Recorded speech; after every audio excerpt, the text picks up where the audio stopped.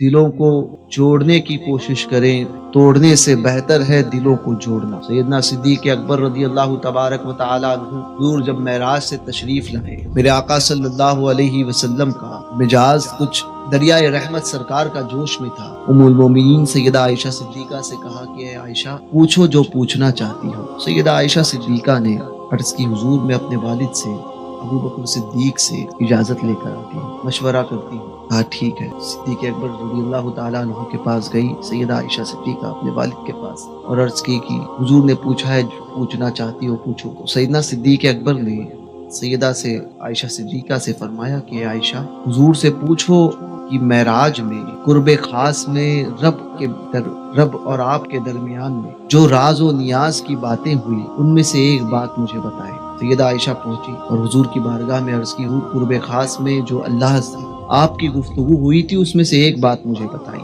سیدہ نے جیسے یہ بات پوچھی حضور مسکرائے، اس لیے بھی مسکرائے کہ صدیق کا انتخاب۔ کہا سنو اے عائشہ، اللہ نے بہت سی باتیں فرمائی، بہت سی باتیں کی، تو ان باتوں میں ایک بات اللہ پاک نے مجھ سے فرمائی کہ جو دنیا میں کسی ٹوٹے ہوئے دل کو جوڑے، جو انسان میرے کسی بندے کے ٹوٹے ہوئے دل کو جوڑے گا، مفہوم حدیث بتا رہا ہوں، مجھ پر واجب ہے کہ میں اسے جنت میں داخل کروں، مجھ پر واجب۔ سیدہ عائشہ بڑی خوشی گئی سیدنا صدیق اکبر کے پاس، اپنے والد کے پاس، اور عرض کی کہ حضور نے یہ فرمایا جو کسی ٹوٹے ہوئے دل کو جوڑے گا مجھ پر واجب ہے کہ اسے جنت میں داخل کروں۔ سیدنا صدیق اکبر نے اس بات کو سن کر رونے لگے، زاروں قطار رونے لگے۔ سیدہ نے عرض کی حضور میرے والد یہ تو خوشی کی بات ہے، آپ رو رہے ہیں۔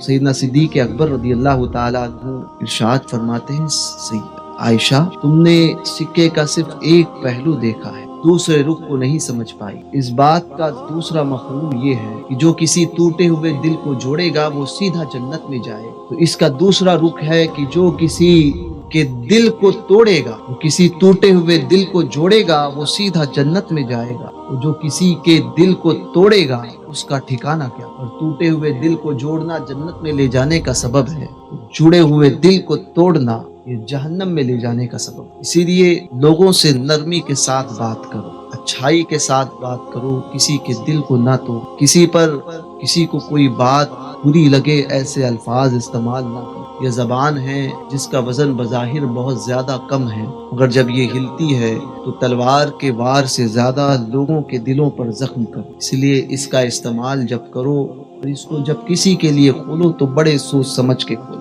جب کسی عام انسان کے لیے، کسی مسلمان کے لیے، کسی انسان کے لیے جب اس کو کھولا جائے تو احتیاط کے ساتھ میں کہ اس کا دل نہ ٹوٹے۔